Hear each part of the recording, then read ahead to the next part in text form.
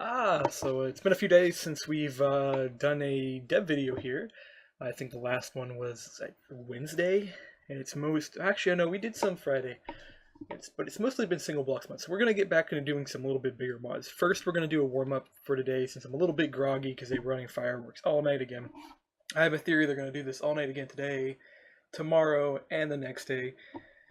Because after all, it's the 4th of July, and as much as I love this holiday, one of the number one things I never like about it is that people have no concept that some desire to sleep, and they'll run fireworks all the way up until the sun rises. So they'll go from when the sun sets all the way to the sun rises, which is the time of day I try to sleep, which I don't get. Anyway, so we're going to start with this client commission mod I've got. I promised my client I would work on it this weekend. I didn't get to it. So we're going to burn through and try to get as much of his content going as possible. Now, one of the things he wants worked on is some blast-proof walls. We did this in one episode already where we toyed around with it. We got it functional, but it's not perfect. It needs a lot of work, and there's supposed to be 3 blocks per wood type, or not 3 blocks per wood type, 3 blocks per material type. So it's supposed to be a wall tile, a roof tile, and a floor tile, and they're all supposed to have different durabilities. Now, I'm still not quite sure what durabilities he wants. He didn't exactly tell me, and at this point, I waited too long to ask. So I'm going to go ahead and give him the version and go, okay, here's some configs, and just mess with the configs. That way he can customize at will. Another thing we kind of need to do is I need to work on the new blast system. So I've been having a lot of thought, and I hate to admit this, but CalCulavia's blast code in the old ICBM Classic actually did have a functional advantage over the new code. So the new code is really cool. It runs really, really well. It does its job, and it's just beautiful. The problem with it is it doesn't do protection very well. Now, CalCulavia's didn't do protection very well either, but the advantage of his was it did line of sight protection better. So if you were standing behind a wall and an explosion went off on the other side of the wall and the wall did not collapse, you would be safe. The new code, it's a maybe. You might die, basically. And in real life, if you're behind a wall and an explosive goes off and the wall does not collapse on you, you can very well survive. Now, you're not guaranteed to survive, as there's other things that can kill you, like fragmentation, shrapnel, heat, air getting sucked out. I mean, there's a list of things that we can kill a human being. After all, the HK droid from Star Wars would say, we're fleshy meat bags that are very fragile. So we're going to work on this, and one of the things I'm thinking about doing, if I can go get paint here, is I've been thinking this over for quite a while of how I want to propagate the new explosion. So of course, how the explosions work in real life, of course, is you get a detonation with a center, and it goes out in like every direction in basically an orb, with the orb being slightly taller on the top than it is on the sides, simply because air pressure decreases as you go up in altitude. It also has something like a reflection effect that kind of, if I can get is there like a paintbrush? Nah. It's like a reverb effect that when it hits the ground, so say we have the ground here, it'll actually reverb back up, strengthening this and actually making it taller. But we're not going to do that inside Minecraft because that's a lot of extra math. But this is kind of what an explosion would look like. And in terms of Minecraft, of course, it's not exactly like that. It's more blocky, so you have a block and it'll propagate to the block next to it, and that'll propagate to the block next to it. And it kind of does its thing. Now, the CalCulavia's version, which is pretty much used by vanilla Minecraft, this is where he got it from, it does this weird line of sight check. So it runs a ray trace, and it does this at every angle, and I believe it's even randomized, so that way it gets a little better results. So it does these rays, and these rays go out, and they go, okay, did we hit a block? Can we break the block? And if it breaks the block, it goes to the next block and goes, okay, can we break the block? Did we break the block? Then it goes to the next one. It rinses, repeats this process until it goes out. I call it like a star pather or something like that. I think I've had a different name for it. But it works, and it has a really cool advantage that if we hit a wall, like right here, then this entire side here disappears, because the blast cannot ray trace through this. So if it hits this, it'll go, okay, we went through there, but then we can't go through that wall. So we keep hitting the wall, we keep hitting the wall, we keep hitting the wall, and it perfectly just doesn't do any damage. Now, my blast code, even though as nice as it is, doesn't reflect this very obvious thing that is based in real life. If you have a wall in real life, it will do this. Now, one of the things my code does, because I actually designed it for, it slightly wraps these corners. And this is something that does happen in real life. Just because you're behind a wall in real life does not mean you're perfectly protected, as it's the air pressure that's moving around. People get this mistaken with explosions, that there's some kind of like plasma or heat or fire that bursts everywhere. That indeed there's fire that does go out, but what actually does the damage is just air hitting you. If you've ever been hit by a strong gust of wind, you'll know that it can push you over. Now imagine an explosion pushing that wind at thousands of miles per hour at the speed of sound, basically. It hits you, it will kill you, it will blow cars over, it will just completely rip things apart. That's what gives an explosion power, and because it is like a fluid, it can wrap around corners. If you've ever played around with water and stuff, like do an experiment where you take a board, and say you had a board like this, and you had water flowing down it, showing off my epic drawing skills, and just put a little block in the middle here, and you will notice if you run water down this, so if you had like water coming down, it would hit this block, it would go around, but it would slightly curve around the block as it came back down. It wouldn't perfectly do it, so you would have a little bit of the edge, but you would have a void point. So like this area behind here would be void of water all the way down. That's what an explosion does as well, except you can imagine fluid is much more easily pushed around than water, so you'll have it wrap even more around the corner. You can also even redirect it down tunnels and stuff. You've ever seen some movies where the explosion goes down the tunnel? That's not exactly how it works in real life, but in some cases you can get fire and explosions that will travel down tunnels, and this is something that my code can do where Calclavius can't. But the problem is that I'm missing this spot and he's missing everything else. So this is where I really want to kind of work on the blast code to reflect and get both options. Now, one of the ideals I've thought of, because of how my code works, so my code does really simple. It just goes, okay, we're going to start with a cube, then we're going to go out a layer. And it'll go out a layer in every direction. And it does this using a breadth first pathfinder. A breadth first pathfinder is just, it goes out on the edges, and it'll go out on the edges continuously. So we get our first layer, second layer, then you got your third layer. And this is where the problem comes in, because if we had a wall, say like right here, or hold on, that's not what I want to do. Say we had a wall like right here, it wouldn't matter, because then it would keep layering, and it would come down, and it would layer, and it would layer, and it would layer, and it would go around the wall, because it doesn't care. What it's trying to do is figure out where can I go pathwise that I can see and touch. This means if you didn't have a very secure bunker, so for example, if you had a hole where you had a wire going through, so say you had a bunker, and you had just like maybe a pipe going through the wall, the blast would go right through the pipe and destroy it. Actually, to be honest, even if the pipe survived, because the pipe is not a full block, it would path right through, but I don't have the code for that, even though I actually probably should. That's actually something that would be important to add, is that an explosion would wrap around a pipe. But this is something that the code, it's a flaw. It's an unintentional flaw, but it is a flaw, and I know how to fix it now. At least I have a theory. So if you get rid of this, of course. So the ideal is I still want to do the breadth first pathfinder. Let's actually get back to this color. So I still want to do this. The only difference is, instead of simply pathing all edges, because we have 6 different edges on a block, or faces rather. So instead of pathing all faces, we want to path the faces by which in the direction the blast has moved in. Of course, with some slight deviation in the math to accommodate for things like if I hit a wall, so say, it's another example of where the code should work on. This is something Calclavius code didn't do, and I actually attempted to fix this multiple times. Where you hit a wall, so say all our energy hits this, we didn't break this. Now, when you hit an immovable object with something like air or even water, you don't stop. You expendiate a lot of your energy in here via sound and heat, but then you reflect off. And this is something that the reason why I designed my code using a breadth first pathfinder, especially in the energy base, so the TNT explosion that Voltage has, which is used by ICBM, it has this in it as well. If we hit an immovable wall, it will redirect energy. So say we come in with energy, say like 10. Wow, that's a really big number.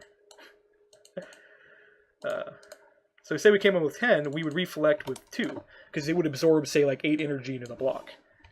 And then that would disappear. Although there's a lot more we're missing from this. Like, for example, I need to accumulate the energy. This is something that I need to build better simulation code for. But we'd reflect. So that's something that the code kind of does, but the Calclavius version was missing. But as I was getting to, because I got a little distracted here with explaining that. So the way I plan to do the new code is we have a block. Then what we're going to do is we're going to go, okay, on our first iteration, we want to raycast out like this.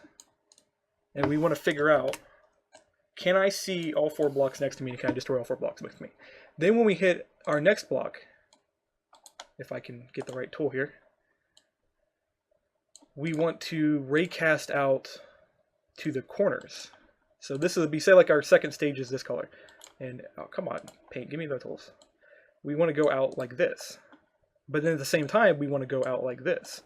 And we want to keep repeating that. So we're going to go forward, then grab corners, then go forward, then grab corners. That way, on our third stage, if I can click like right tools, we have a corner now, and now the corner has a different advantage. It's going to cast out in multiple directions. And this gives us a unusual flow pattern. So that way we have something that acts more like a flowing fluid that's being pushed out. So the ideal is what we're trying to accommodate is we're trying to get something that looks like this. So we're trying to get like the blast pattern. So like just how CalClubby's code worked, it blast pattern out. But we're offering more control. So we're still using a Pathfinder to do the whole thing, and we're not using a ray trace because his used a ray trace, which is very expensive. It's a reason why some of the old ICBM explosions ran so slow. A Pathfinder is faster, even though I can optimize my Pathfinders down even more. So one of the advantages of doing this is I know for sure that I'm only going to be pathing maybe 4 to 5 blocks per block. The current version will do 6 blocks per block. So no matter what, you're pathing 6 blocks. And it gets pretty tedious. Week 7, wrong submissions. Oh, I might have done goofed. Yes, this looks... This will work. So this is the ideal as we're going to head towards. I'm not going to implement it in this episode, but I do just want to go quickly explain it as I work towards planning this out, because I want to get a really solid code and I want to start implementing better blast resistance. So right now the only blast resistance we have is the Minecraft implementation, which we all know is garbage, because anything Mojang usually does is going to be acceptable but not really what it should be. And a lot of developers will tell you this, that a lot of stuff that Mojang does just doesn't work well. Although some of their newer code, it's better than it used to be. They're really figuring out the game of game development. They have a lot to learn though. I mean, there's a lot of things that they haven't done yet. And this isn't, I really shouldn't be saying this as well, because I have a lot to learn myself. But it's pretty bad in some cases. Anyways, let's see what we're at here. So we were working on, I believe, the launchers last time. We were trying to figure out how they were working in multi-block.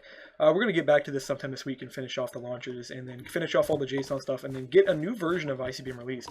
As there are some issues where people are complaining about things like this stuff isn't working correctly, that these issues have been fixed in the newer version, but we have not been releasing newer versions of ICBM because I've been too busy working on the JSON system to get things functional. After all, I kind of try to get like all this stuff doing its thing. There's a lot of work I still have to do. Like, there's a lot of issues with shadows here. So look like we have the shadow problem with the multi-blocks. That's something I need to work. I need to tell the multi-blocks are not opaque, and that will fix all the shadowing problems. Of course, I need to fix the multi-blocks in period, because I mean, look, we have a 3x3 multi-block for something that should have a 1x1. And the multi-blocks, even for the center here of this missile, shouldn't even be a full block in the center. They should be kind of slightly smaller than the actual model's geometry. That way you can squeeze past them. Anyway, so what we want to work on, and I really wish I had like a mini-map system so I could bookmark this area, because I kind of want to travel over here so we can go ahead and test things. Actually, you know what? We need to go to the other mod pack.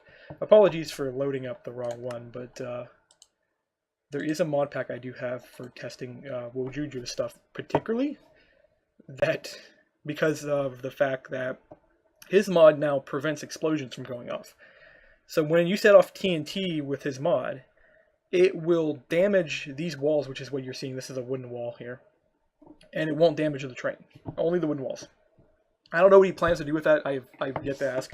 Theoretically, I think he plans to have a pre-built map that you have to build around, and you can't edit the normal geometry of the game, or maybe he still plans to let you edit the geometry, but then you have these blast-resistant blocks or something. He told me not to let stuff damage the train, so I'm just going to not let it damage the train. Hopefully he thinks that through and I don't have to spend a whole bunch of time rewriting content, because I will charge him to rewrite content. Anyways, we'll let this load up and then go ahead and take a look at what the current state of the walls are. Then we're going to make some textures, implement the textures, balance the walls, and then we're going to look at what else his mod needs. His mod needs an RPG system, so like a role-playing game system. Very basic. He just wants like a Skyrim style level system where you have HP, magic, and like stamina and stuff. He doesn't want the whole skill tree, just the what's it called? I forget what they actually call that system. There's a name for it. So there's the skill tree, and then there's like the stats. Yeah, I think it's called stats. So he wants like a basic stat system. Theoretically, I think he plans to upgrade this later, but that's a later thing, and I doubt he's going to rehire me because I've taken longer than expected. I think he hired me like 3 months ago, and it's taken me 3 months to do this, but I kind of hinted at the possibility that it wouldn't happen right away. I can get some things done really quickly. Like if you need a gun done, that's something I can do in a few days. Sentry gun's going to take me a week, which I think it took me 2 weeks because I got kind of a little distracted. Look at all the pretty lights. Those are the engines, by the way, of the missiles that are probably broken out here in the distance because I turned off their velocity. No, they're flying. They're just going to go out into the distance forever. What is our FPS anyways? Yeah, we're doing good FPS considering how many particles there is right there. But yeah, we were testing the wall down here. So here's one of his walls built up. And I've got the different materials too. I actually did test these with pickaxes. They're not indestructible. Like he actually wants this version to be indestructible by pickaxe. This version to be really tough. This version to kind of like turn into dust in your hand when you hit it. And I didn't quite hit that up, but I got it close enough. Like I can actually show this here, if it's not completely broken. Actually, no, it's completely broken. No, it's not. Actually, it's working. Because you see, this version is starting to break. Then I can hit on this guy for quite a while. It's a little over the top. I'll have to ask him exactly how many seconds he wants it to break. But then this guy, like, you can hit on him probably for an hour. He won't budge. Which is exactly what he wants it. He wants it so that way somebody can't come into your base and like break the metal walls, which is kind of how I think Rust plays. I think it's what he's designing everything off is the Rust gameplay. I still haven't picked his brain a lot. I really should talk to him more about what he's heading for. That way I can build better content for him. My fuel isn't rendering quite bright in there. But yeah, so we got this, and if we hit this with an RPG, it will get smashed. If the render wasn't all worked up. You know what, we'll probably fix the render too while we're at it. So yeah, it's brittle as all hell. And if we build it out of stone though, it should take a bigger hit. I don't think it will though, because this is where I was talking about I got to spend some more time working on the code. Is that the blast and ICBM are, well, they're not done yet. They never have been. I pretty much went ahead and released the mod because I was being pressured to release it, and of course it was never really finished. There was a lot of work that still needed to be done on the blast handlers, a lot of work that still needed to be handled with things like fragmentation, energy dispersion, and a little bit of everything. Okay, see, it's brittle, so we need to fix it. So you see that's not very functional. So first thing first, we'll just work on making it less brittle. And then we'll get to working on textures because, well, textures are secondary to the making it not break instantly. You know, the reason it's probably actually breaking is I think I get the HP manually set somewhere. No? That's not it. Energy cost could be too high. Yeah, because the stone has 40 HP.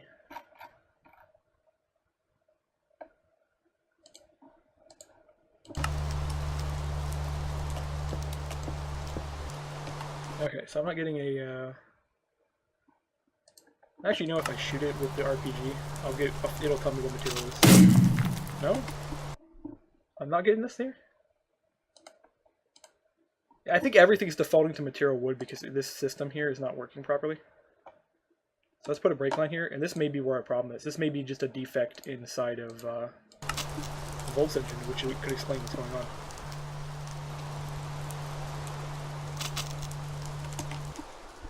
Okay, so we got material 10127. Yeah, you're really useful there. Material collar index is 9. Yeah, we're not going to get anything useful out of that. What we should be able to do is take a look at this, and then there should be a way to reverse and get the block. So there's tile node wall. Block type is null. So that's not going to help us. So what we want to do is we want to go ahead and help ourselves here by just going block equals this, and then putting a block here. I got to change this code anyway, so if we ever go up to update to a new version, which I doubt I'm going to do because I think I'm probably not going to work for this client after I'm done with this mod, is we would have to rewrite half this. I'll put a break line back here, and we'll try this again. I definitely need to fix his RPG rounds because they're flying sideways. This is definitely a change with the newer system that they're. I didn't get a break line there? Did it not reload? I think it's what might have happened, it didn't reload. Yeah. Look, it reloaded 15 classes. I don't understand why it reloaded 15 classes for. There we go. Okay, so we are block wall, stone wall, and because we can open this up, I can actually take a look at the material. At least I should be able to. Because materials are like a required thing you have to be able to set. Okay, here we go. Block material. Yeah. Not at all useful. Like, there's no naming convention on the material, so you can't tell what they are. We can tell for sure that it is at color index of 9, but I think it's a default value. Requires no tool, so true. So I'm going to say this is wood, is what it got set to. Even though we're block material stone. Let's go take a look at the content files and see what's up with them. So if we go down to the wall content files. So of course, this is going to be set to wood. This is set to rock. And this is set to iron. So these should load properly. But that's not what's happening. We're getting something that isn't what it is. We need like a reverse lookup table, so I can actually like reverse look up the material to its registered name, and then get its registered name. That way I can maybe do something with that. Actually, I wonder if I can go look at the data, because we have a data property. I wonder if it stores the material name. No, it stores like a flat-out material. We could change that. So let me go ahead and close this, and we're actually just going to go change that real quick, because that'll be the quickest route to figure out what's up, rather than me sitting there poking at code that isn't really going anywhere. So this will be part of the library, JSON. Actually, no, that's not where it's at. This would actually be in the frameworks blocks. And there is the block property data. And what we want to do is, this defaults to material clay, by the way. That actually might be the problem, is it may be clay. That's what it is. We'll go ahead and do string material name, and we'll set it to clay by default, because of course that's what it is.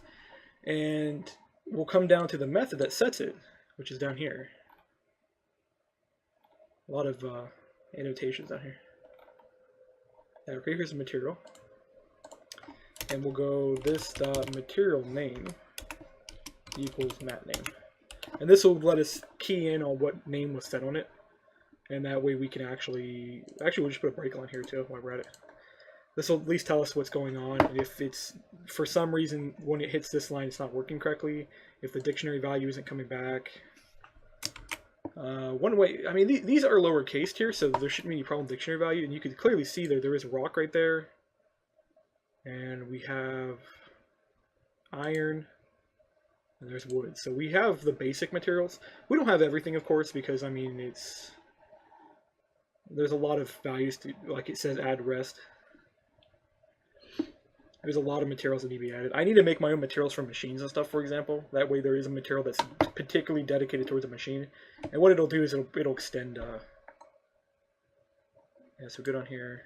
So this set the iron. And if we come back in here...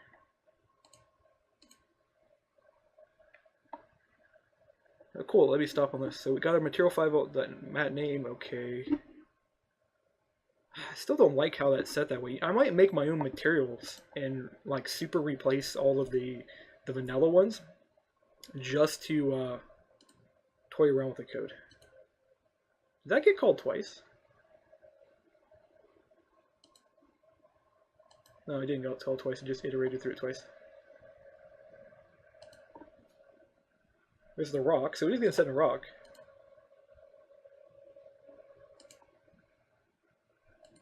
And then there's our wood. So you know it's set to something weird by default. There's iron again. Of course, this is, I can't even tell what block this is. That's a silo controller. So it is working, so there's nothing wrong with the code, but we do have the material name, so we can confirm that now.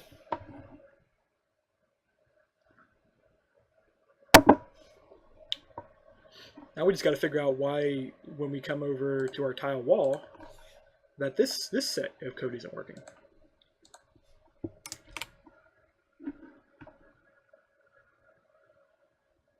Because it's, I mean, it's using the same material instances, unless these instances aren't. Oh no, this should be initialized right off the back. So that's set burning. Set requires tool. Yes, yeah, so these two require tools to mine. So that's one way we can tell that what those are. But I mean, the difference between rock and iron is not very high. It's a really, there's literally almost no difference. Anyways, let that run here. Oh, one thing I forgot to mention at the beginning of the video, I'm going to try over a couple of these videos to experiment with recording settings and try to get some better recordings going. I'm also going to try really, really hard to get my new mic set up, or rather the mic I bought 2 years ago that I still haven't been using. It's a newer recording mic. It should produce a much better, cleaner sound. The only problem is that the jet turbine computer I got next to me will probably be picked up with it, so I'll have to experiment and get it working. Additionally, this episode is being recorded with a different recording format that is editable via Adobe, so I'm going to try to edit this episode. If you don't see any editing on it or anything, then I didn't manage to get it to work, but if you do see like a front bit for it and a back bit, then I did figure it out, and it's one of the things I actually really want to work with, is I want to start to get opening credits and closing credits built into a lot of the episodes. That way they look a little nicer, and I want to start inserting like slides between things. So when there's times you see me using paint, you may see me go from paint to using a really nice diagram. And what would happen is I would actually still be using paint in the actual episode, but when it goes to go to paint, it'll transition away. But that's something I definitely am not going to do right now, because I have to figure out how in the world to do that, and I have no experience editing videos. At least no experience editing videos outside of using Windows old editing software. Anyways, so let's go ahead and shoot this guy again. And then what we're going to do, let's close that actually. I need to tell this to ignore putting this on the tile map. Probably use an annotation for it. But what we're going to do is we're going to figure out what in the world this material is.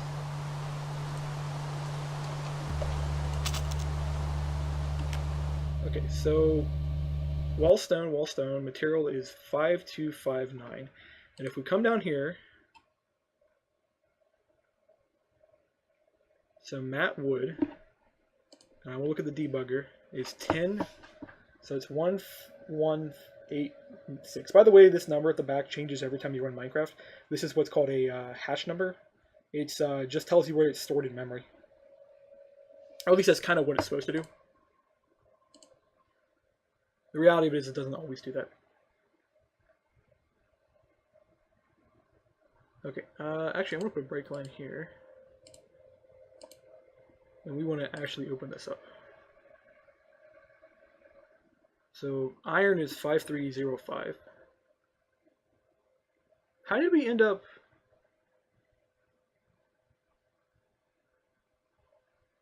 Okay, yeah, those are different. Okay, that makes sense. Okay, we're gonna hit this again. Okay, so we're at matte wood, and if we open up the material here, yeah, it makes sense. Then we're at matte stone.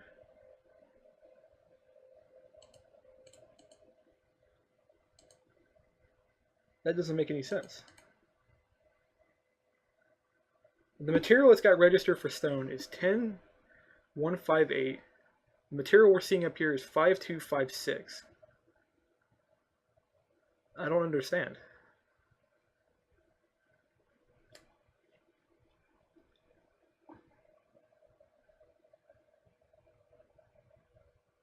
Something's not right.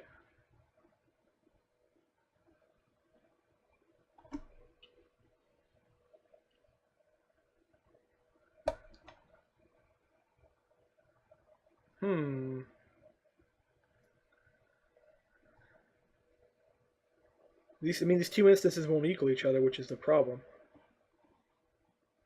So what, I mean, I don't quite understand what's going on that we would run into that major of an issue, because what's going to happen is it's going to come down and it's going to go down and hit this wood material down here, and it's going to go, hey, well, your mat cache didn't work, so we're going to have to initialize you to something other than the default, so that way we don't crash while running.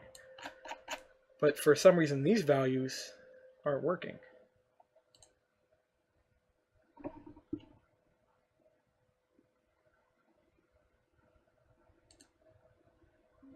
Okay, what I'm going to have to do is I have an idea. So we want to encapsulate field. We only want a get value. What we want to do is then we want to switch from storing the actual material to storing the string. And then apologies for coughing into the mic. We're going to store the name of the material. What this will do is if something is changing the material instances after this is loaded, then we can refresh from the material system. So we get material name, and what we're going to do is with string, and you go this dot material name equals material name. And this will be a final. Then we go if material equals null, then we go material dictionary dot get, and then we pass back material name. Of course, we want to catch this so it's not running repeatedly, but this will make sure that this is running late, so that way we don't have an issue where it's not working potentially. Should make a difference. Of course, we're gonna have to shut the game down and rerun it, but hopefully this makes a difference. Also, additionally on this is I'm going to change this method up here to get block type. So not like a thing for this. Yeah, we're missing a. So it's like get host and like get block or get host block. That's what I want. So that'll work. And then you call, of course, this, and this will make sure that we are running the correct block, because the get block host it works better than just calling straight to the world, especially since I want all the nodes to be independent from the world object. That way we can do proper testing on them and stuff like that. This also lets, if you want to put a block in a cart, which I don't know why you put a wall block in a cart, but if you, for example, wanted to, it would actually function properly. I'm actually going to probably encapsulate the world object pretty soon for these guys, and I'm going to make it to where the world wrappers through the cart, and then the cart would have its own little fake world object going on, so that way you can simulate anything you wanted to simulate. So say you had a cart that wasn't just a 1x1, and you say it like a 3x3, then you had like 9 blocks on there. The 9 blocks could interact with each other properly without breaking. Not that we're going to hit the point like that, that's something we're going to do later. I really do want to work a lot with doing like multi-block entities is the only thing I can think of to call it. It's something I've been wanting to do for a very long time. I actually talked to, back when I was working with the UE team and back before I was no longer, well, when I was still friends with Maxwell, we were always talking about building actual full-size trains in Minecraft that you could walk around in. It would be fully simulated, so you can open up chests and you could put rail guns on them and like nuclear launchers, and if they crashed, they would explode into block pieces, and the blocks would actually fall into the world and stop moving. Of course, it never happened. It's quite obvious to you why that never happened too, because Maxwell's not an actual programmer.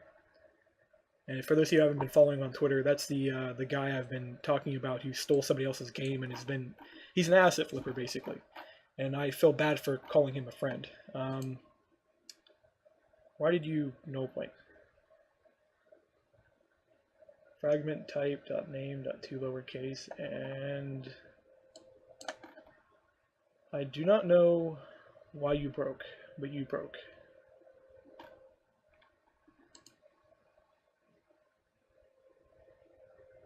I think fragment type went to null. So what we want to do is just go up here and go, okay, if fragment type equals null, return.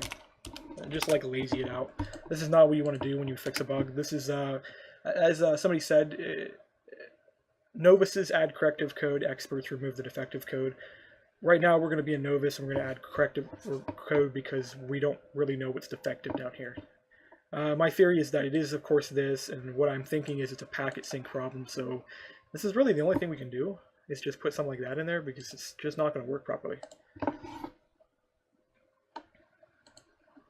Yeah, I'll get that. But back to the Maxwell thing. So yeah, the guy's an asset flipper. We used to work with him, helped him out with like all of his games. So he's got 3 different games. I helped with each of them, and as soon as he figured out that I was smart enough to realize that he was scamming people, he kicked me out and then closed the door, and I haven't talked to him since.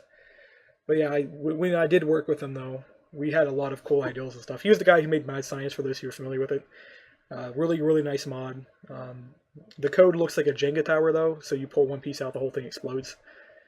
But the mod was pretty good, and we were planning on making a lot of really cool mods, a lot of cool little pieces of content. I was hoping to have worked with him to actually make my own games in the future, but I'm happy I never did that because, well, the guy is a scumbag is the easy way to put it. There's actually, if you guys watch Sid Alpha's channel, he's got a couple videos on Max Swift talking about his nasty, abusive ways. These are things I really wish I had knew about him before becoming friends with him, because I got kind of hypnotized by him telling me stories of all the things he did, because he's one of the guys who programmed the routers for 7-Eleven. So I heard that, and I'm like, oh, this guy must be a big shot. So he must know how to do the industry and stuff, and I always kept talking to him because of that. Eventually we became friends, and we interacted with a lot. We did a lot of different cool things. Although I'm kind of wondering which of it's true now, because once you figure out somebody's done something illegal, like stealing assets from people, flipping assets, and stuff like that, you kind of question what else did they do that could be wrong. Anyways, those arrows, by the way, you saw on the ground confirms that the fragments are broken. Because that's when the fragment system doesn't work, it defaults to arrows. So go ahead and put this guys down, and we'll test to see if it's grabbing the correct material now, and see what's going on. We'll fix the fragments later. Fragments are something I really want to rework here. Maybe get them working a lot better, because especially for the armory mod, the armory mod is going to have a lot of explosions in it and stuff like that. Things like grenade launchers and stuff. So the fragment system is something I'm going to port to Voltage, and I want to make sure it's working. Okay, we got the right block. Do we get the right material this time? Nope, still not identifying.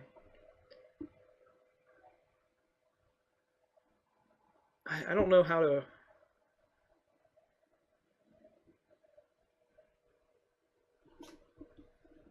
I just legitimately don't know how to fix this.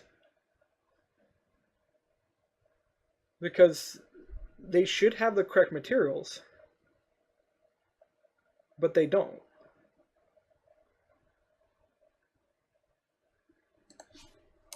So when we call block to get material, it's going to get the block material. And this should be the correct material.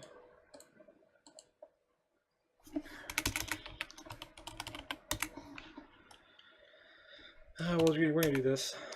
So equals block.data, or get data. Of course, we're going to have to cast this to block base. I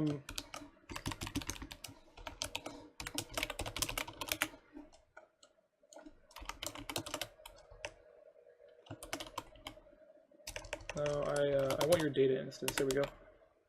So one thing I want to do really quickly is check to see if these two equal each other. If these two don't equal each other, then there's a defect with the code. Yeah, we'll do that real quick. I didn't mean to shut the game off. It's a little bit of a frustrating thing when you get bugs like these, because these bugs don't make any sense.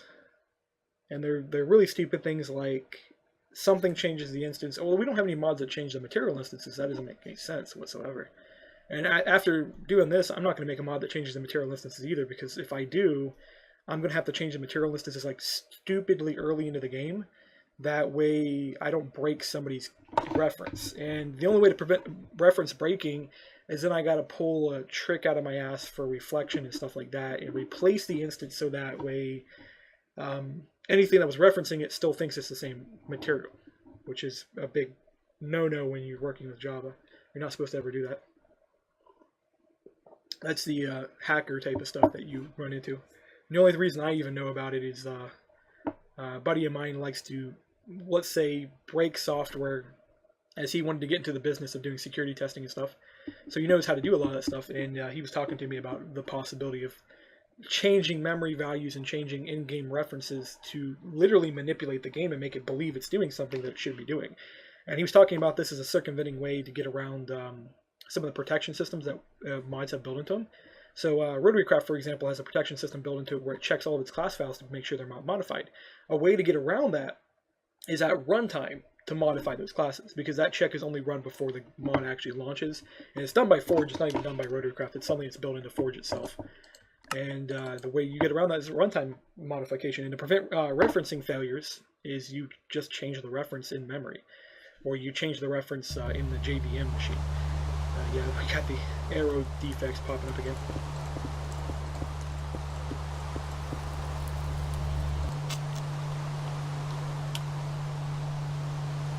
So I wonder if that insertion is actually gonna fire. You know what? I don't think that insertion is gonna fire. So what we want to do is actually change this to if system.out.println error materials as match, and we want to do not or not on that symbol, and then we want to put a line there, and we're just going to rerun this because something's wrong. Oh no, yeah, you can't hot swap schemas. Start debug session. For some reason, like, there's really weird things, like if you change certain pieces of code in a method, even though this should never happen, but if you change certain pieces of code inside here, it doesn't work. It's really annoying.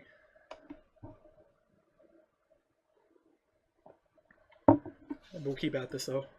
Unfortunately, this is going to be a rather lame episode unless you're here for me more talking than working on dev stuff. We'll get into ICBM here, and then I lost a bet on all the creator servers, so we get to update 5 single block mods. I know I put a Twitter poll out here, if I can pull Twitter over here, since we're waiting on. I didn't want Wikipedia. My fingers move without my mind working half the time. So should be a poll here somewhere. Yeah, here we go. So I put out a poll, and I'm like, hey, what do you guys want me to work on? Of course, university work is winning out, which is... I put on there as a joke. I didn't think you guys were actually going to vote on that. I am going to actually do university work this week, so I technically am validating it. But we're going to go to the next best, which is ICBM. So that's what we're actually planning on working on this week is ICBM. But I have to work on SMB mods. I lost a bet with the creators dev team. And we are not going to be streaming Minecraft because I'm done with streaming for the moment. I'm going to be switching to Twitch here eventually, so I'm just going to let my Mixer channel die, and then we're going to switch over. And what that probably will be is that I'll pick a couple days in the week, and we'll just stream Minecraft for a couple hours. And then anytime I'm playing things like MechWarrior, we'll definitely be streaming those. The only difference is I may actually keep my Mixer channel around just so I can stream MechWarrior. Because that feels like a good idea. That way I have 2 stream channels I'm running. I have one for Minecraft and then one for anything else. And I kind of really like streaming MechWarrior because it's a fun game. Even though it's really unbalanced, it's still a fun game. Oh yeah, look at that. So this is a really good indication that something is blatantly wrong with our system. Good. So what we found was material 9979, and then what the material that it found, if we can get down to it. You know what we also may be running into is like just a really weird, like messed up system. 997, what? Oh yeah, it's the block. We want the data. Material name is rock, and we got 10013. So what gives? And what the hell is what material does it think we have? Does it think we have clay? This is what we're gonna have to do. So we're gonna have to close this down. And there are a couple ways I can fix this. So first thing first, I'm gonna actually just see what this reference is from. So when the data is passed in, it does get the material. Actually, you know what we need to check? I don't think I've done this. Is I need to figure out Oh, we've discovered a flaw. We have. There is definitely a failure within the system. What is block? We don't want the block. What do we even use a block for? Process unknown entry.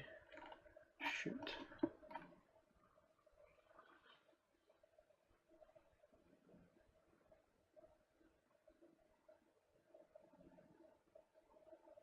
Okay. We're gonna have to modify this whole system. So first things first is I want to get rid of this jug. I then want to change this guy. And we want to leave that as it is. But we want to come up here and we want to make a new system. I'm going to pop this guy down to below. We have discovered our bug, by the way. What is going on, and this is what exactly is happening, is we are creating the block before the material is ever read into the game. So we create the block down here. So right there's the block. The block then passes in the block property data. The block property data, then when it gets used, we went to the wrong spot. So when we create the block base, for example, it then instantiates the material right there. But the material has yet to been read from the file system. So it's not reading in the material that we wanted to read into. So the way to fix that is, of course, that we actually instantiate this up here somewhere. And I have a feeling like this is going to break as well. So let's take a gander at what we have. And I need to make sure you're not being used. Shit, you're being used.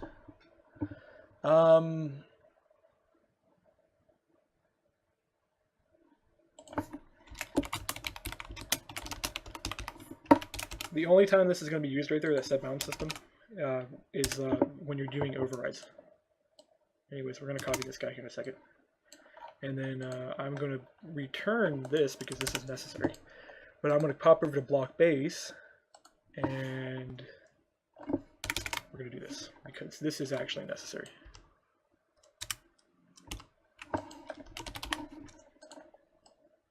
These are little nuances that have to be corrected. And I'm just going to do a find and replace. Highlight this guy, do replace. We don't want to replace the whole thing. What we want to replace is that line right there. And then replace all. There we go. So, really, you stupid piece of software. Match case, in selection. Yes, match case, look for words. Why can't you match all cases? Okay, we want in selection.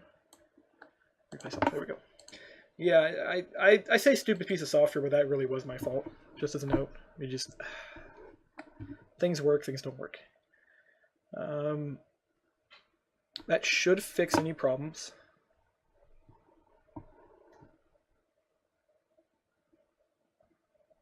I have a feeling I'm going to have to come up with a system to differentiate which property should be read before the block is created and which property should be read after the block is created. Because this is an example of a property that should be loaded after the block is created. But this system is not designed for that. It just flat out isn't. And that's very obvious. Load block property data to do setup system to do before and after block created loading. So we'll have to come up with a system with that. And how that system would work, by the way, is if we go to the block property data, down here is our annotations. So we have a JSON processor data. We would insert a new type, which would go, okay, load order. And you would have a pre, a knit, and then post init. And so just to kind of reflect with the system that Forge uses as well. So your pre-init would be before the block is created. Your init is like right after the block is created. And then your post-init would be like after everything else is done. So like at the very end is when you would load that. So it'd be after we've created all the blocks, after we've created all the items, after we've created all the entities, all the renders. That would let you do really weird things that wouldn't normally be done.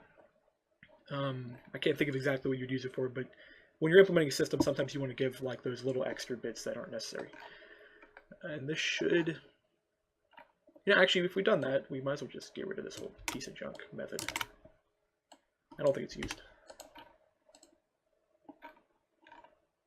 That should work. Okay, so we're going to head and load. And this is an example of where I really should have JUnit testing. That is something a JUnit test would have uncovered as a failure in the system. And there are other ways to fix this, by the way. One of the things I actually could do is that the get material, so up here, when we actually do set the material, which is actually set into the block class. There's a lot of things that are actually set in the block class. Like, I think in the newer versions, they got rid of this entire method, which makes me super happy, because there's a lot of things that are initialized up here that are shit. Like, can the block grow grass? This is something you didn't even need as a static value. You could just call can block grass every single time, and you would be fine. There's no runtime data there, so that would be a consistent value. And if the creator of the block wanted to catch that, they could catch that. Same thing with the light opaquity, the same thing with is opaque, the same thing with block material. Like, block material for something is something that shouldn't really be catched, even though you can. Slipperiness is something you could initialize. Gravity is something you could initialize. Stepping sound is something that should be either initialized or be mandatory to be set by. These are things that don't need to be necessary. This is something you'll see in Minecraft. It's the reason why I say, like, they make a lot of mistakes. And a lot of developers make these mistakes too, so don't get me wrong, I'm kind of being hypocritical when I say this, because I've done just as stupid things as this when it comes to this, but these are things that need to be fixed, because you get a lot of data. Look at all this data that's up here. All this junk that is just not needed by everything. You want to, when you make a game, and this is not something because I'm a modder I'm saying this, but when you make any piece of software, you want to bare bone some of your components. Like, you want to make them run with the most minimum amount of requirement ever, then you extend it, then you put all your junk in there. So that way you have a version that has nothing in it, and then you have a version that has everything you need in it. So the nothing version can then be recycled. So say you come down the line later and you go, okay, well, we don't want to use our thing that has everything in it because it has too much of everything. But we then have this bare bone skeleton version that we can then extend and modify and then change all the behavior about. That's the reason you want to do that, because then it lets you, it makes your code more flexible, it makes your code easier to work on. You know exactly what is important, what things are not important. So sound system, for example, is an optional system. You can play a game without a sound system. So that would be something that would be nice to have as an optional system. Like, even an interface where you go, okay, I have a sound-based block. Not that would be a good idea, but you guys get the point. Anyways, this should fix now. I'd be happy if this is fixed, because then we can move on, and we'll be at around 53 minutes, and I've been ranting for 53 minutes. As I said, this is a warm-up video, because we're going to get into ICBM throughout the day. I don't know if I record all my work on ICBM, but that's the plan. The blocks instantly exploded, but we didn't get an error, so we didn't get this guy, so the material is correct. So let's go ahead and put a catch there, and we're just going to see if it is the correct thing. And then if it does prove to be the correct material, then after this, it's just a matter of increasing the HP until I get a value that I like. The ideal is that I want to say you don't want to get... Yes, it's working now. So we fixed the problem. So that's cool. So now it's just a matter of the amount of HP that it has is not good enough. So let's put a break line here. And let's break these two guys. I'm just going to shoot this. As you noticed, by the way, what I was talking about earlier, how I can't break terrain anymore with this. So if I shoot the ground, I cannot break anything but these walls, which is something the client actually wanted. So I want to shoot just this guy. I want to figure out how much energy at the point of impact do we get. So we get 565 energy, which is not bad. But that does mean it's going to kill that block. So we want the block at impact to be destroyed by an RPG. At least that's my theory on it. Actually, you know what? The block shouldn't break. Because the energy cost... Well, no, the energy cost is only 400. Okay, that's where the problem is. Let's raise it to 20. Because these are blocks that are not meant to be killed in one hit. They actually are meant to take damage.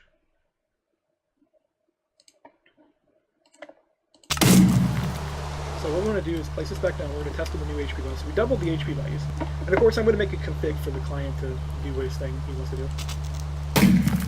And we still blew up that stuff. Okay, why did we blow up that stuff? Probably a math error. Another example where gene unit testing is necessary.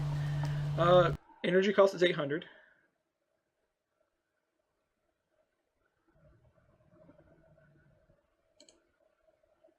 HP loss is 11.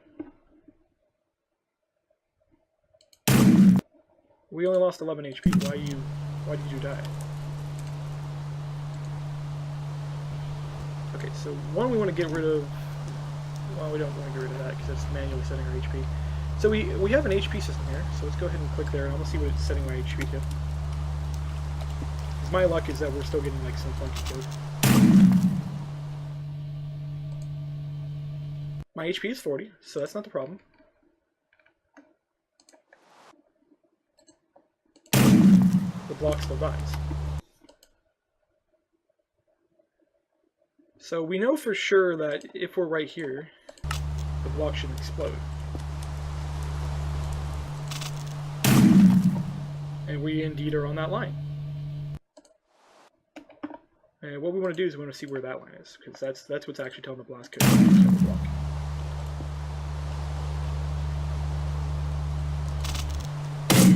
The blast code just fucked up. That's literally how we're going to end with that, is that there's something wrong with the blast code.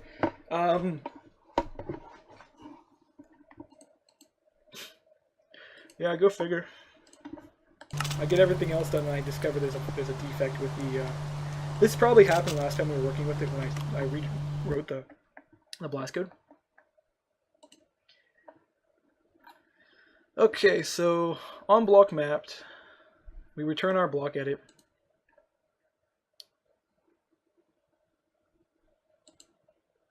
Well, we return our block edit, but we don't do anything with it.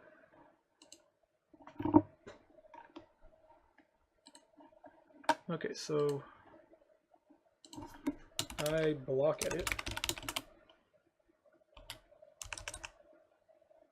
Actually, is it on my block edit? No, it's no, it should be. Yeah, I blast edit is what it actually is.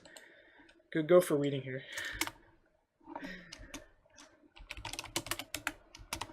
So there's our actual edit.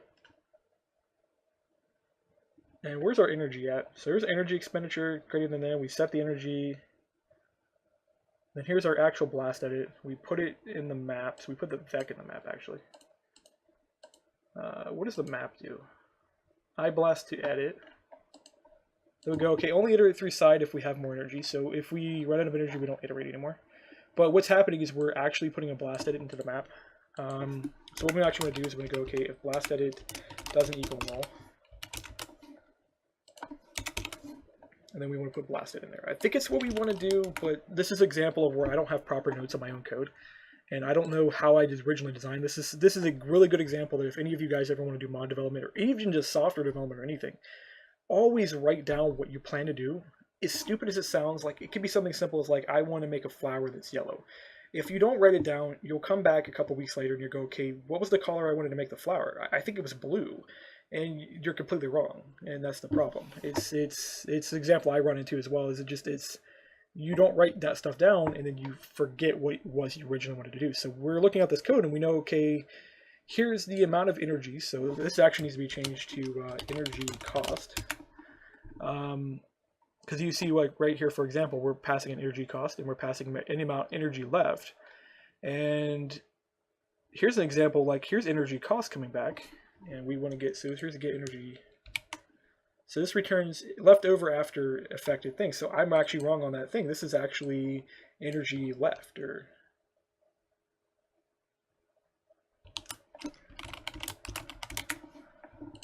so we actually have a bit of a flaw here. Energy expended, energy left. So if we go back up here, let me actually check to make sure that actually is what that is returning.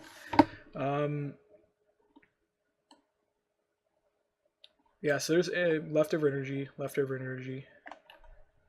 That method really probably should just be energy cost. It would be much easier on the math. Why source code does not match?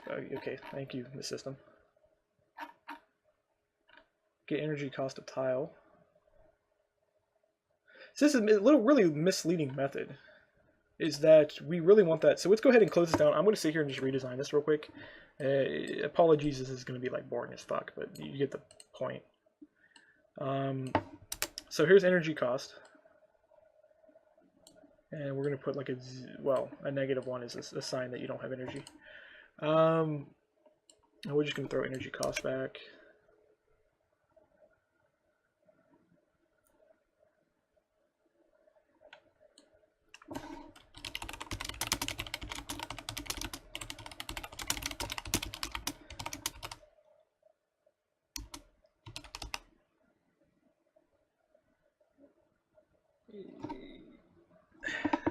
All/ignore, I guess. Actually, we'll just do this. -1 is ignore, because that is a little bit misleading. And then what we want to do is, when we come up here, is we want to go, okay, energy cost.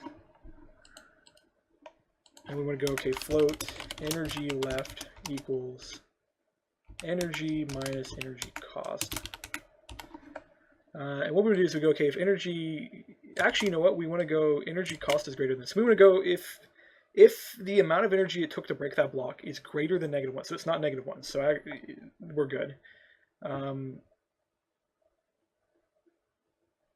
we want to come down here, okay, so energy expended, so this is energy cost. The weird thing is we're not getting a really good value here. So this would be energy left. So if we go on block mapped, energy expended, energy left, so that's good. Do Control Z so we can get back up here. Then we want to put the map in here, so we want to put energy cost into the map. And let me just do this real quick so I can see where this is used. Energy left, energy left. Yeah, that's a correct method. Okay. Then make sure this is actually not used anywhere. Okay, so yeah, that's only used in this method here. So that's good. So that gets our energy at least in the correct distribution. That's something that would have been a bug later if we didn't check that. This is another example of where JUnit testing would be really important for me to go through here and make sure this actually maps correctly. This is an example of where we want to put the mapping here. The problem with the map here is I'm trying to think of what this is used for. Map.contains edited side.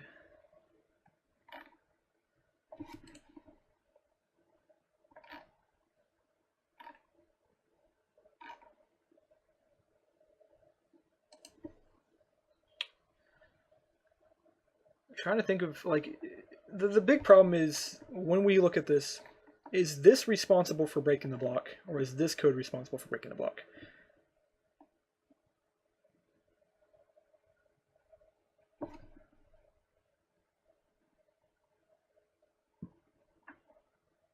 Because we call expand, and we just expand it repeatedly.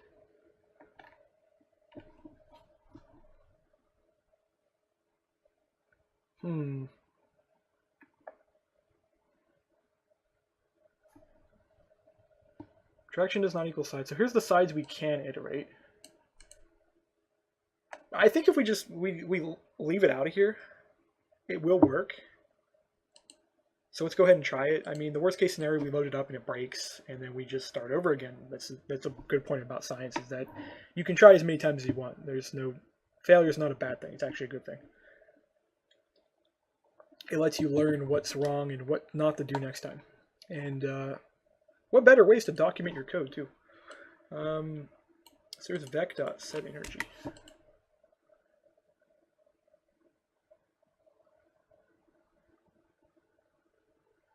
This is like the fuck.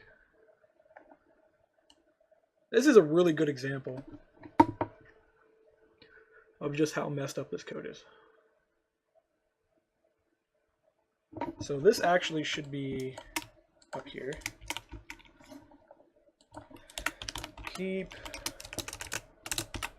track of iterations.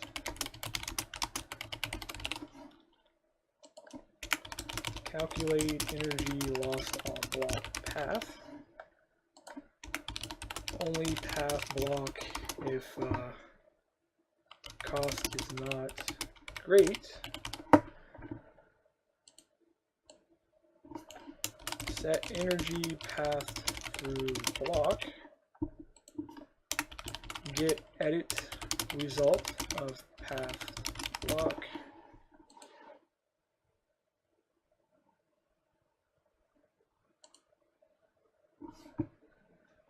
And what we want to do is we just, if we can't path the block, we don't want to path the block. So that's how we'll solve that. So if the edit result doesn't exist, then we don't path. Get edit results, and then only continue pathing if result is not empty. Now, the problem with this also, by the way, is most of you are not going to notice this. This is a depth first pathfinder. As I noted, we use a breadth first on everything else. The only one that actually uses depth first still is the blast basic. That's an example of, as I said, I have to rewrite this whole thing. This is crap. An energy-based system should have been a breadth first, because as you expand out energy-wise, you're going to lose less. You're going to run out of energy, basically. And what ends up happening with the blast code very often, and some people have noticed this, is that one side of the blast crater will be bigger than the other, which is not how this actually works. If you have a very uniform blast, it should be consistent. Let's go ahead and do this. And then this should work now. And as many developers have said, that when you hear the word should, that usually means it's not going to work. Anyways, we should be able to path through this now. Source does not match break. Thank you, IntelliJ, for just borking me on that. Energy cost is 800. So our energy cost is greater. How much energy do we have, though? 500. And then what we also want to do here is we're going to go, okay, and. Energy cost is less than energy. Or actually, no, wait, there's an even better way to do this. Energy left is greater than 0. Or greater than what? That'll prevent rounding errors.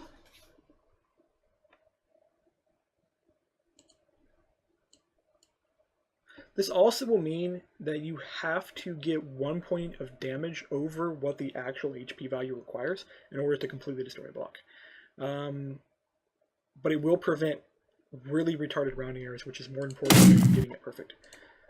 I still blew up the block. That's actually probably because we just changed the code and didn't run through.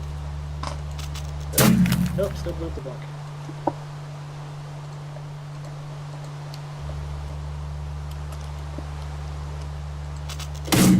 Still blew up the block. Okay. We're not even getting down to this point. I don't even know what's going on at this point. Size.add, size.sort. One thing we do get with this is that there is a sorting system built into the to prevent it from being really uniform. So it kind of randomizes a lot more. This is crap, so we would go to do remove. Or actually, no, this is not what that is. So this is distance based. This is trying to get the sides based on distance.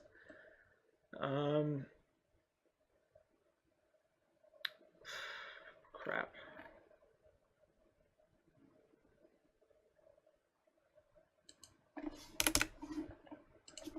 This is sort by distance. I don't know which distance we're sorting by, so if we're sorting closest or furthest, it's probably closest, to be honest. So we get edited sides, set the block to direction, then we expand.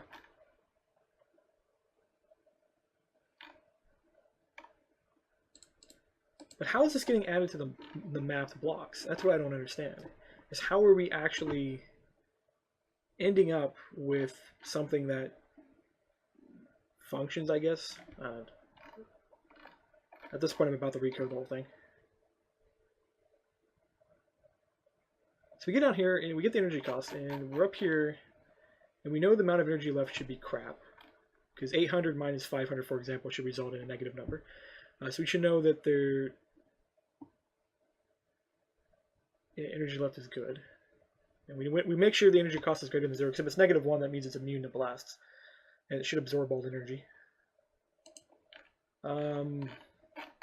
This code sucks.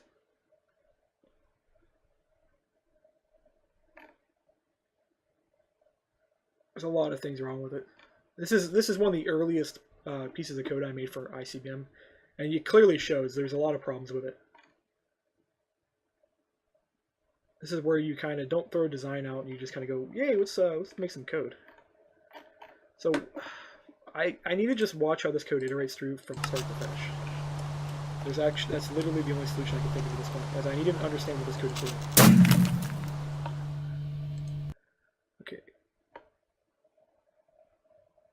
Why is the code not syncing up whatsoever?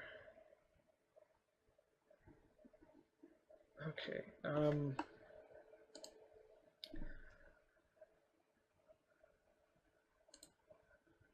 this is where you can see that the code is not synchronizing. Yep, code is not synchronizing. The block still died though.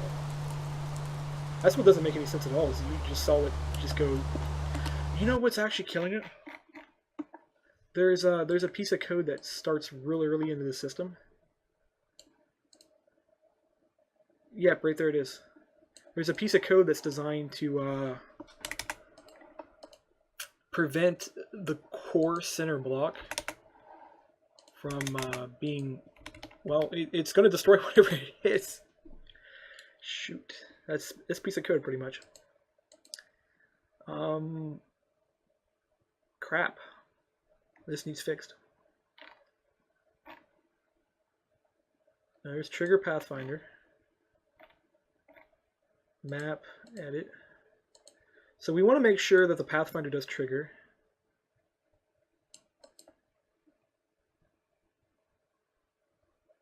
Why is it... I think this was a patch fix to fix like really stupid things. All we want to do is we just want to go... We want to do this and we want to make sure it functions correctly. So I'm going to reset this. And then we'll go ahead and run that, because that's what's causing our problem, is that there's essentially a band-aid in the code. And now we need to rip the band-aid off, even if it's going to break any more. I'm just going to play here. I want to see what it visually does.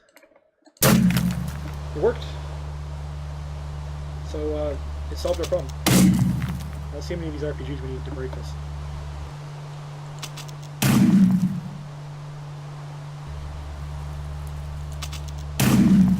Okay, now it's just immune to destruction, period. Oh, crap. Let's reload the code. Okay, code is reloaded. Put a profile line on here. We're going to break this because we need to reset the experiment. Okay.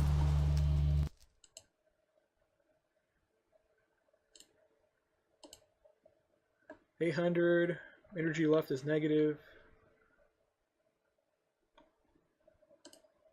And of course we didn't do anything because we hit that block and then we ran out of energy. This is an example of where that blast kind of sucks, to be honest.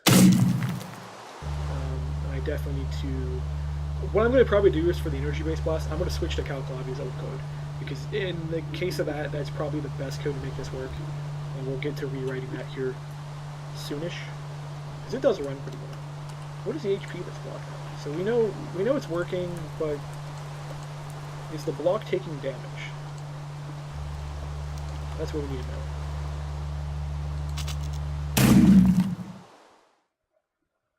HP 0. Energy cost is 234.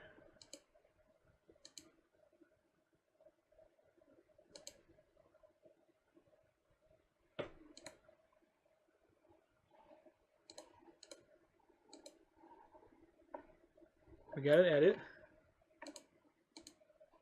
Energy left, greater than 0. So we should even path the additional blocks near us. So what broke?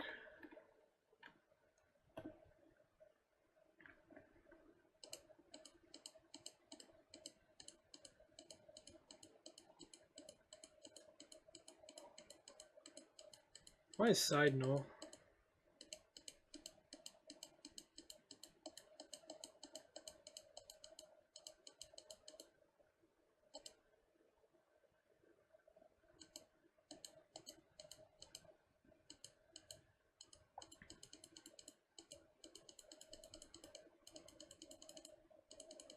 Yeah, we're going to expand outward and it's going to find a whole bunch of blocks.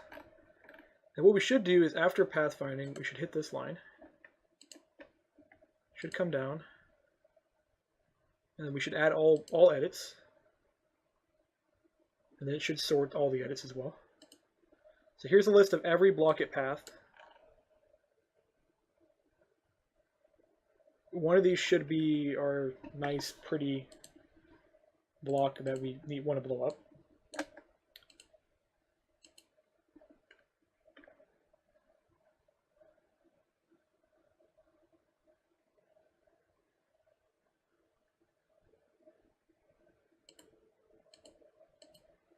And then of course we get a nice printout to the console that tells us how much crap we did, and of course the printout's been broken for a while. But it does tell you how many times we iterated, how many error blocks, how many blocks. This is one of the big problems too, is that small little explosion. Look how many times it iterated. That's ridiculous. It took it. The thing is, even though it iterates that many blocks, look how much time it actually takes. So it doesn't take much time per block. It literally, the minimum time is like 9 milliseconds. The most is, well, 60, but that's because I ran a debug line. When you run a debug mode, you kind of throw off your profile. It's pretty bad. But then the block isn't breaking. So this is an issue.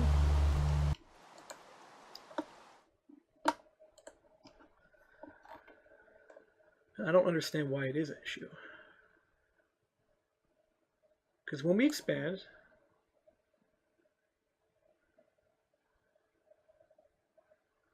so we run this code, and we trigger Pathfinder. And actually, you know what this needs to be like? Forge direction .unknown. Oh, it's because that's right. Enum size doesn't have one of those. I forgot about that. So when we trigger the Pathfinder, we go through, we run through this stuff. Right here, our edited block should be added.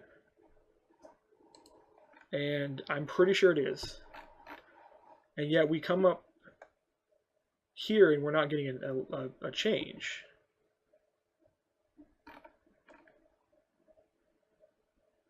So I don't quite understand what's going on. I know for sure that when we run this, we shoot it, that we are hitting this line. So I know for sure that the block itself is working. This is definitely a defect within, like, either the blast code or the event system. I suspect it might be the event system. So let's Are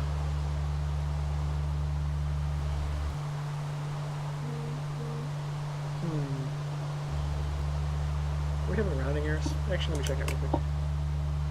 No, because we're calling it directly to the tile, which will give us back its position. So that's not that. We're not having any math problems with the energy constant. So what is it that is affecting us? It's got to be nothing in here. So, and the blast code looks like it's working perfectly. It's even got a sorting algorithm that's running just fine. Although that sorting algorithm is probably taking forever to run.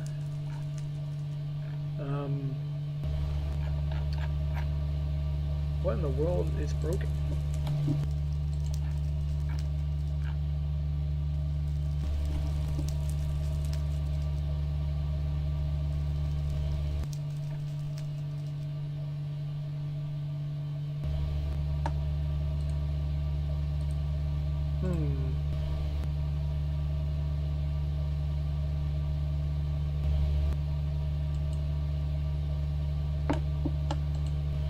I mean, the position is given back. I know it's correct. I'm gonna do like set block blocks.error 0. Let's try that and see if that makes any difference. I doubt it will, because it should default to error no matter what. That's retarded. That was exactly what the problem was. He's probably trying to set it himself to itself. So we hit 1, 2, 3. So it takes 3 blasts to actually completely break the wall. That might be a bit much, but of course I'm going to let the client configure everything. So we're going to go ahead and test a 3x3 wall and see how long it takes to break.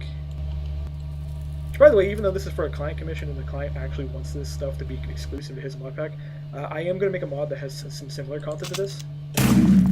But instead of it being per block like this it is, I'm probably going to use the external metadata system, and I'm just going to take vanilla blocks and make them disruptible. There we go. So you got a hole in there. Yeah, I definitely want to spend more time on this and improve the blast code. What I need is I need some energy distribution. That way, all blocks in an AOE get damaged. You know what I may do? I just may take a book out of or page out of the Arc design book and just do an AOE. Pull a breadth first Pathfinder and go, okay, each block in a radius that I can see now takes damage, which is what I probably should do. So I might write him a custom system for this, because with ICBM, I want ICBM to actually show behavior like this, where you set a blast off and then you didn't do any damage, because that's kind of how it works in real life. If you set a firecracker off on concrete, like say for example, if I come over here to explain this. So if I have a like a floor like this, and I set off like TNT on it, for example, the only thing that'll take damage would be this guy, and he wouldn't even take that much damage. For example, he may just turn into like cobblestone. A better way to actually use if I get some slabs. Yeah, I'll grab one of these. So like you may only put like a small dent in the concrete, and it wouldn't be that even deep. It would just be this little bit where a couple flakes came off, and it's just because concrete's actually kind of brittle. It's not this magic, absurd material like we like to think it is. It actually breaks pretty easily. You could sit there and hit it with a stone or something, and you'll take chips off. But yeah, so if you set something off the surface, it doesn't do much damage. And I kind of want ICBM to reflect that, so that way you actually have to think about how you want to kill a bunker in order to kill it. So you have to start thinking of how the US military does it, for example. They literally hit the bunker so hard with a missile that the missile will go like 2 or 3 blocks deep, then go off, and that way you maximize the amount of power. But anyways, this is the end of the episode. We've done an hour and 20 minutes, so I'm going to go take a break and get some food and various other things, and then I'll come back with another episode here. This probably isn't going to get uploaded till 8. I'm still queuing up two other videos from earlier, and then I'll be back and I'll see you guys later.